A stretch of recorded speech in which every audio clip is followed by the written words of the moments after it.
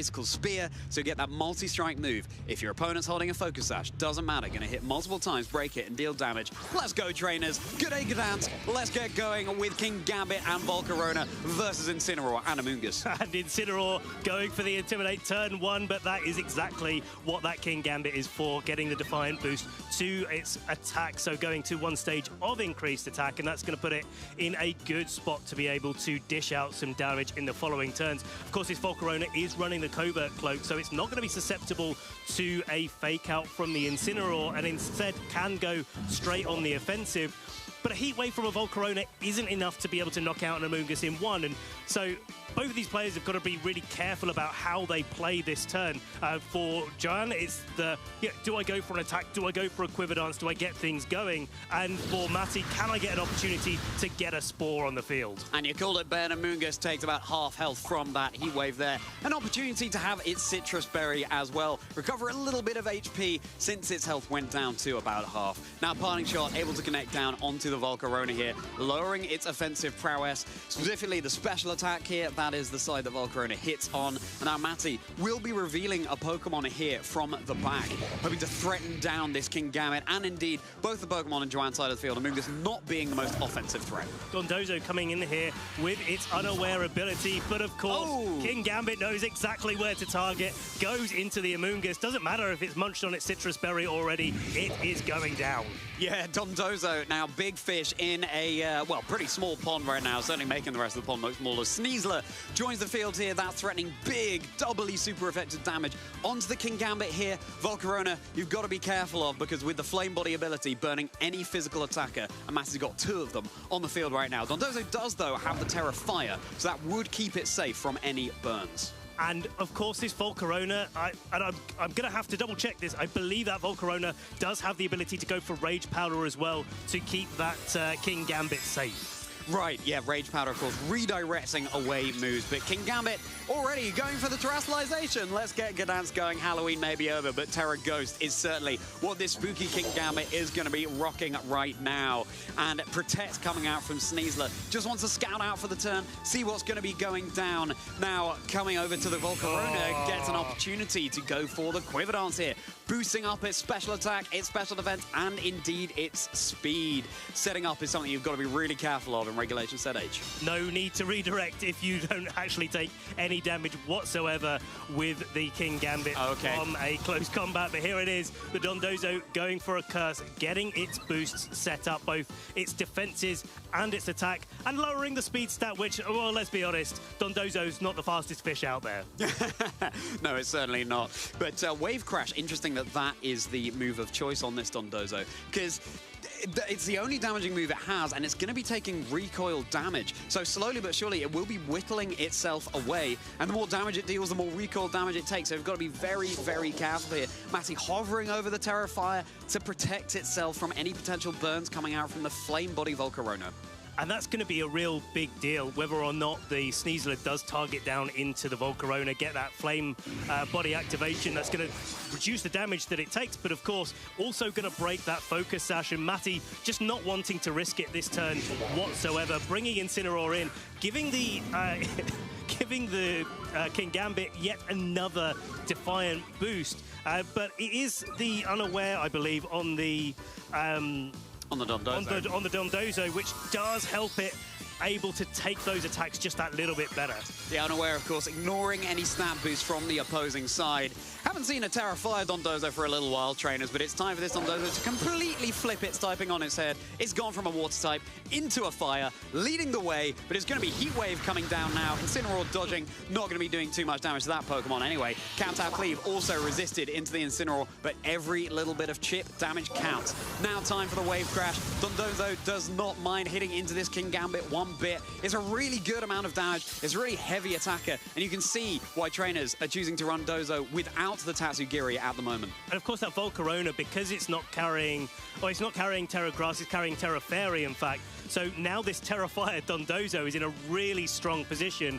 A Volcarona can't boost over it to make sure that it's doing lots of damage because, well, Dondozo's unaware of all of those boosts. It can't hit it for super effective damage. The King Gambit's got boosts on the field that really aren't going to be effective effective against Dondozo again because of the unaware. And yeah, Incineroar doesn't look like a great switch in, but it does resist King Gambit as well. So Mattie playing this really nicely. So Sucker Punch there, that only works if the Pokemon is going for a damaging move. Must have been targeting into that Incineroar, going for the parting shot into the Volcarona, so no damage done there. But this Incineroar doing its best to keep this Dancing Moth in place and not getting too many Quiver Dances set up. As Sneasler of the distant past rushes right from the past into the present.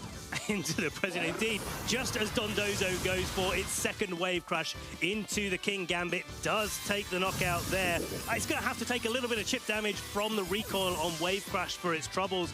But I think that's a trade that you really are quite happy making if you're Mattie. It's like, yeah, would I prefer a 2+ King Gambit to be on the field or to be not on the field? And I think most players, just correct me if I'm wrong here, Charlie, most players probably err on the side of the King Gambit not on the field. I mean, you can see the pros and cons list there, but ultimately, yeah, that King Gambit now gone. Now, Joanne Sneasler coming onto the field now too, and Joanne's own Sneasler here, it doesn't have access to Fake Out, does have access to coaching though. That's something that would give Volcarona a nice boost to its defenses, especially in the face of this physical attacking Dondozo that threatens it with super effective damage. And of course, Volcarona can no longer terrestrialize it, having been spent on the King Gambit. This is a nice adaptation that Sneasler has had in this format. It's gone from being a Fake Out Pokemon to people realizing that, like, actually it's got quite good options, and a lot of the time you do actually want to be able to protect it to make sure that it can go for coaching, or in Mattie's case can go for a taunt. Not going to be as relevant in this situation, but here we go. Volcarona going for a Heat Wave. It's had 2 Quiver Dances, it's got 2 speed boosts, and now it gets taunted by the Sneasler on Mattie's side. Just make sure that it can't tear it away from its water weakness, and also that it can't boost up any further. Dondozo is going to shield itself from the close combat here, and Leftovers providing all-important recovery. Time and time again, we've seen a Pokemon brought down to about the level of health Dondozo is now, but with that Leftovers ticking away, can end up near back to full HP if it's left alone on the field. It certainly could. I mean, you know, at some point it's going to have to start wave crashing, and Mattie's going to be very conscious of how much HP the Dondozo has remaining. But what can you wave crash and when? The nice thing here, though, is unlike in its water form, if you do wave crash into that Volcarona, you're not going to be getting a Flame Body activation because you're a fire type. Yeah, certainly. And Heat Wave, the more times Joanne clicks that, the more likely it is that Sneasler on Mattie's side of the field gets burned. Dondozo now brought down very low, but still not close enough, as Sneasler softens itself up after that close combat. Another wave crash now coming out into that Sneasler, having had its defenses lowered, and that Sneasler is going out with the tide. This is tough, though, for Mattie. I mean, he's taken a lot of recoil, a lot of damage from that close combat onto the Dondozo. Probably more than he really wanted, like 7 HP going up to 21 after the Leftovers tick. And there is one Pokemon yet on Joan's side of the field, and it is that Dondozo. Well, and this is really important. This Dondozo's coming in at full. Definitely not something that Mattie wants to see, but Joan's positioned this really, really well. The Dondozo is unaware of the curse boosts from Dondozo on Mattie's side of the field. Of course, after the curse, Dondozo on Mattie's side is probably slower than Joan's Dondozo, and so it's just susceptible to a wave crash. And of course, it doesn't matter if the Volcarona's taunted, it's done what it needed to do. It's got some Quiver Dance boosts, and it's probably going to be able to two-shot this Sneasler from here. Yeah, how do you deal with this Dondozo if you're Mattie? With the dwindling resources remaining, Sneasler hardly the bulkiest Pokemon, and with just an Incineroar lurking in the back, the Dondozo's Mattie on such low HP. Okay, Invisible Focus Sash on the Sneasler, hanging on with 1 HP there. It's two-shotting. And that's going to be the Dark Claw, and there's no status activation. That could have been a really nice way for Mattie to get into this game here. If you just put it to sleep with that Dark Claw, yeah, right. No.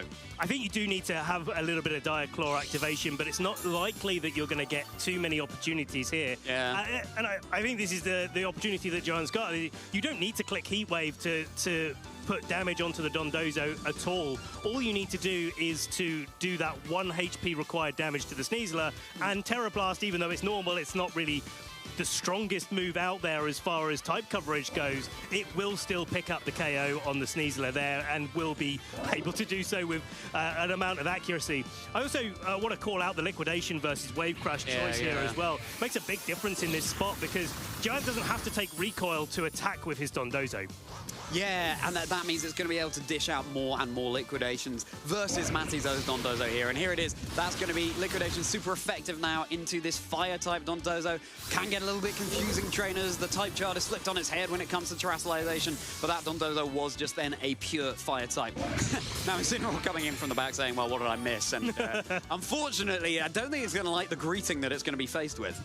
It's been a bit of an odd game in that Volcarona has stayed on the field pretty much undamaged the entirety of the game, and it was able to, Mattie's done a great job at stopping it doing lots and lots of damage, but the other way to do lots and lots of damage is to just keep clicking Heat Wave over and over and over and over again. And I'm just thinking, like, well, this Incineroar clearly isn't going to be able to clean up the game from here. It's definitely game one for Joan. I'm just thinking, like, how can Mattie adjust going into game two? Like, how do we stop that Volcarona, or how does Mattie stop that Volcarona from really just being able to apply that pressure after pressure after pressure, turn after turn after turn, and be able to actually knock it out a little bit quicker next time? Yeah, it's not easy. I mean, Dondozo threatening super effective damage. It has Terra Fairy, the Volcarona, so at least could terrestrialize away from super effective there. But you've got to target it early. And, Mattie was doing a really good job of using the parting shot to keep the Volcarona in check. But ultimately, it didn't need to be as boosted up in its special attack as it possibly could be. It was just there dealing out enough chip damage every single turn. So certainly keeping it in check is something. You've got the Porygon 2 if you're Mattie that could go for a Trick Room. The faster the Volcarona gets, obviously, the slower it would be in Trick Room when the speed orders are reversed. And it's a nice combination with your Dondozo as well. You go for the Curse and you make yourself faster in Trick Room, and then you increase your offensive capability, get a few wave crashes on the field, and then in the late game, you've got a little bit of bulk, you've got that leftovers recovery, you get the Yawn going onto the board, and you kind of are able, it doesn't matter if you're faster anymore because your opponent's Pokemon are switching or asleep. So I kind of like the team composition choice that Mattie's made. But I do think that in game one, Mattie was really trying to sort of target down maybe the Baxcalibur and the King Gambit coming out in the early game, trying to get the Spore going. And I think there's a definite switch up there in the leads that Mattie could make to be able to deal with that a little bit better. Now he's got a little bit of information on how Joan is going to actually approach this game. And, maybe it's selfish of me, but I would like to see the Porygon 2 coming to the game. I think it's that combination of being able to take those attacks, but also with a download boost, it actually puts out quite a lot of damage as well. And I'd quite like to see it going for its Terra Ground against the King Gambit in the early game potentially. Right, and, start to whittle it down that way. It's a tough one because you want to bring the Golden Go as your main damage source if you're Mattie, but yeah, Golden Go's not looking too happy against a lot of the Pokemon on Joan's team. Yeah, exactly. And of course, another key thing in what Joan did there was conserve the Dondozo for so late in the game when Mattie just didn't have the resources to deal with it. Yeah. So it's just making sure that you're getting that Dondozo onto the field earlier if that is going to be in the back for Joan. But it's going to be a switch up here. Rillaboom and King Gambit now coming out for Joan, as Sneasler and Dondozo for Mattie. This is a nicer lead here from Mattie, but I really like the adaptation that Joan's made as well, realizing that Amoonguss and Incineroar from game one weren't really likely to come out. How do you switch this up? Well, Rillaboom pressures the Dondozo, it gets the fake out on the board. Sneasler on neither of these teams have fake out of their own, and so you also put fake out pressure, but you also force this Terror here coming out from the Dondozo. Yeah, and the Sneasler threatening such good damage into either of the slots on Joan's side of the field. But time for Dondozo once more on Mattie's side to go for its Terra Fire. The Dondozo on Joan's incidentally running the Terra Poison here, so interesting to see how those match up into each other. But it's now so much safer from any grassy glides from Rillaboom. Massive critical hit fake out there onto the Sneasler. Don't see it dealing that much damage every day. But King Gambit able to get off this Swords Dance, and I believe we're going to be seeing a curse coming out from Mattie's Dondozo as well. So really, the stat boosts are real. They certainly are, and as before, Dondozo's not going to worry too much about the Sword Dance, but Sneasler certainly will. And I wouldn't be shocked to say that the critical hit on the fake out coming into Sneasler gives Joan a little bit more leverage, puts the Sneasler more likely to be knocked out by a not very effective Sucker Punch this turn. Right. And it makes it so much harder for the Sneasler to act, which means that King Gambit isn't so forced to have to go for its Terra Ghost in this situation. And Terra is one of those things where you do want to conserve it towards the end of the game, just so you know exactly how your opponent's playing, exactly what 4 Pokemon, and what Pokemon you need to Terra. So Mattie having to Terra early here is potentially potentially a disadvantage, but potentially that's exactly what he needs anyway. Yeah, exactly. Well, Dondozo coming out now for Joan so much earlier than it did in the previous game, and that could be huge for Mattie. But Terrestrialization responding from Joan once more into the King Gambit, so it's going to be a Terra Ghost. That means it's going to take 0 damage from fighting type moves when once they were doubly super effective from the close combat on Sneasler. But this turn, Sneasler just wants a little bit of recovery, a bit of R&R after that critical hit fake out. And Kowtow Cleave was targeting down into that slot, trying to pick up the knockout once it had been so softened up. You're now able to connect down onto the King Gambit. Here we go. That's going to be threatening sleep on the next turn. Would have to switch out to reset that. But of course, now Mattie's Dondozo really threatened from Joan's own. Yeah, you've got to be really careful in that situation. I like the Terra Ghost from Joan saying, like, well, I'm going to Kowtow Cleave, because if you switch the Sneasler, then Sucker Punch doesn't do anything. Kowtow Cleave is a little bit more powerful than Sucker Punch, so you've got that sort of combination of, well, I might as well Terra Ghost on the King Gambit, because if they do go for the close combat and my Sucker Punch maybe doesn't quite get there, then I'm not going to be knocked out with the King Gambit. But Mattie's played it really, really well, stopping that King Gambit from really getting going. It may be that in this situation, Joan's thinking, well, I'm kind of ahead enough to be able to stay in. That's exactly what we're seeing here. And the Kowtow Cleave, yes, coming into the Sneasler, picking up that KO. So no status condition coming out from the Dire Claw. That was Mattie just saying, you know, I can only do not very effective damage here, but I might get some kind of status condition. And now Joan's Dondozo giving it a taste of its own medicine. Dondozo getting drowsy, and Joan's is as well. It is really bedtime on the field right now, and King Gambit is going to lead the way with that, falling asleep at the end of this very turn. Oh, yeah, it's yeah, definitely a lot of yawning. It's still the morning, Charlie. I know, we've literally just started the stream, everybody. What's like going on? Round 2, and we're already falling asleep here. No, and I think that's a worthy trade to be making. I think the Sneasler does give Joan too many problems in the late game, especially with we know Rillaboom is in the back. You're kind of trading the Sneasler in this case for the King Gambit going to sleep for an easier end game where you can actually use that Rillaboom properly. And now it has the opportunity, of course, to switch in. It'll be interesting to see if Mattie decides that the Dondozo can just sort of sit there chilling on the field for a little while as well. It's not yet been threatened by anything that Joan has to offer. It's already got a curse up. It's at full HP. There is grassy terrain on the field as well, so compounding the recovery from leftovers. Yeah, really, really huge point to make there, Ben. It's going to help these Dondozos no end. Now, Incineroar was threatening super effective damage into the King Gambit that has access to knockoff, and it's something that Mattie will want to deal with sooner rather than later because it has a Defiant boost now from the Incineroar that just came in. This turn, though, Joan's King Gambit will remain asleep. Oh my goodness! It's the immediate Fisher Connect onto Mattie's own Dondozo. No matter what the HP, no matter the type chart, that is going to be a one-hit knockout. Joan, liquidation was super effective. You didn't have to click the Fisher, but you decided to anyway. And yeah, well, 1 for 1. Never click it again this tournament. That is it, 100% Fisher hit rate. That's a big KO there. Yeah. And of course, worth noting that if the Dondozo or Mattie side did decide to switch out into Incineroar, well, I don't know how exactly the probabilities work, but it probably would have knocked out that Incineroar or a Moongus instead, depending which one Mattie decided to switch in. So yeah, that's a real big blow. That's a Dondozo that wanted to stay on the board for as long as possible, and now no longer has any opportunity to. And of course, well, it's a really nice trade for Joan to make. Both of your Pokemon are asleep, but your 2 Pokemon to 4. You had to go to sleep, but you've made a trade to knock out a Pokemon each time over, and that's okay. Yeah, it certainly is. Joan King Gambit now taking a big knockoff here, but with the Pokemon advantage squarely in Joan's court, that's it could be just the resources that he needs, and King Gambit is going to remain asleep for another turn, so on the next turn, we'll definitely be waking up. Pollen Puff, super effective into Rillaboom. You can see the dividends that Assault Vest pays, boosting the special defenses of a Pokemon that's holding it, and yeah, such a fascinating choice from Joan to go for the Fisher there, because, as you say, it was threatening super effective damage, but also, I guess, you know, you're 1 game up, you think, well, how far can I push this tempo? Because this could just win me the game. It is the sort of move that you do lock into when you've got a bit of space to do so. Yeah, yeah. And now the difficult thing is that King Gambit is actually slower than the Incineroar, but this Rillaboom switching, even though the grassy terrain went, was a great time to bring it in, get that fake out. But King Gambit is just like, nah, we're not doing this game. And yeah, now the thing is that the Incineroar is faster than the King Gambit, so you kind of have to sucker punch into the Amoonguss or the Incineroar to be able to do any damage before a knockoff is able to get the KO. But I think Joan is so far ahead in this game so far. There's two Pokemon on Mattie's side of the field that really don't do too much damage.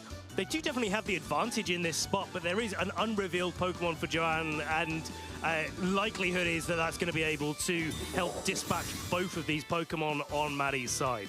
The guaranteed wake up on this turn for King Gambit to get that protect off. High horsepower move that we've seen really on the rise on Rillabooms in this format. Super effective damage into Mattie's Incineroar. Parting shot here, only the two Pokemon remaining for Mattie, so no potential to switch out, but at least you get those drops to the attacks. Exactly, and yeah, guaranteed wake up, guaranteed Spore going into that King Gambit slot, just making sure that you're properly pressured. But that high horsepower, because Rillaboom hasn't been intimidated yet, does so much damage to the Incineroar. The Incineroar gets knocked out by the Rillaboom this turn, potentially, and then King Gambit at 2+ is able to go for an attack. Sucker Punch, though, coming out from the King Gambit.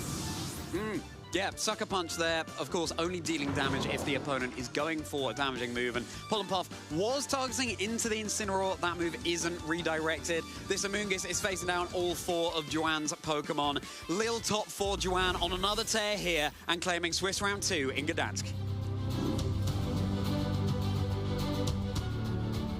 What a commanding way to win round 2 here in the tournament. I mean, look at how quickly that game went. And